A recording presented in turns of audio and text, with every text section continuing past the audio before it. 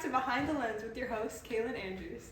Thank you for joining me today to discuss your film, The Snack That Smiles Back. Why don't you introduce yourself to the viewers? Hello, my name is Valerie. I am a class of 2027 ACE Media Studies student and one of the editors and actresses in my film, The Snack That Smiles Back.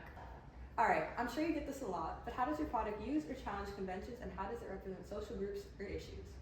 While filming, we wanted to keep in mind how we could use the lighting to uphold and sometimes subvert the conventions of the horror genre. For example, the first scene of our film takes place in a brightly lit open room. But later in the film, we have a scene that is extremely dark because it took place outside while it was nighttime. My team and I wanted to support the conventions of dark lighting that you see in supernatural movies or shows like Stranger Things. Were there other ways you challenged the conventions? We had no gore or violence in the film. The main focus of our film is goldfish, which are not objectively scary at all. And that goes against the typical serial killers and ghosts and psychos in the modern horror genre. Then why did you choose goldfish? The goldfish served as an ode to old horror movies, and our priority was to reference past films that have subjects that are not objectively scary at all. The Birds by Alfred Hitchcock was our biggest inspiration, because in his movie, the scary thing is just birds, harmless creatures we see in our day-to-day lives. Compare that with goldfish, just a snack. Can you tell me more about the standard conventions of horror or supernatural horror that you were able to uphold? Like I said earlier, the film takes place at night, and it has some darker scenes, like the final scene with our last victim standing outside. That scene is important because not only was the lighting essential, but we had a low angle of her terrified expression, and I feel like it captured the sinister aura of the film. And throughout these scenes, there is a non-diegetic score of ominous and unsettling music. Where would horror movies be without a scary score to support the visuals?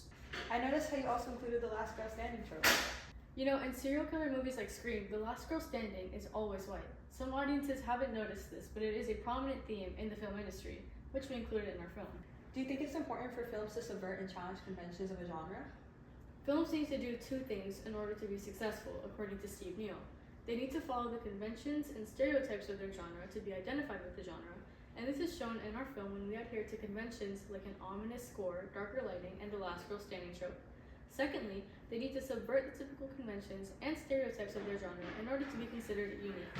I think we were definitely able to differentiate our film from many others because of the uniqueness of the goldfish. How does your product represent social groups or issues? The film obviously represents an average friend group of Gen Z teens. This can be seen through signs like their clothing and their casual demeanor. And the group of friends who soon end up victims of the goldfish convey a diverse community with people of all backgrounds, but the differences in race take a turn. Can you explain the significance of their races? Going back to the last girl standing trope. The Hispanic girl is the first victim, the Asian girl follows, and then the only white girl is the last to be standing. In the film, the minorities are eliminated first, while the white girl is the last. We also use our setting to represent the social issue of discrimination. Our characters are on separate couches with the two minorities sitting together and the only white individual sitting on a separate couch.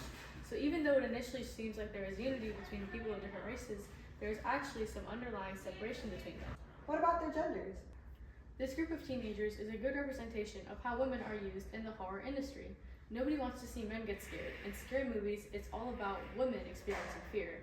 So we represented this unsettling phenomenon with a cast of female characters. So pretty much everything is intentional? Yeah, absolutely. Like Stuart Hall's representation theory says, directors intentionally construct representations of events, situations, or demographics through media language. Well, thank you for joining me today behind the lens. That'll be all. Thank you.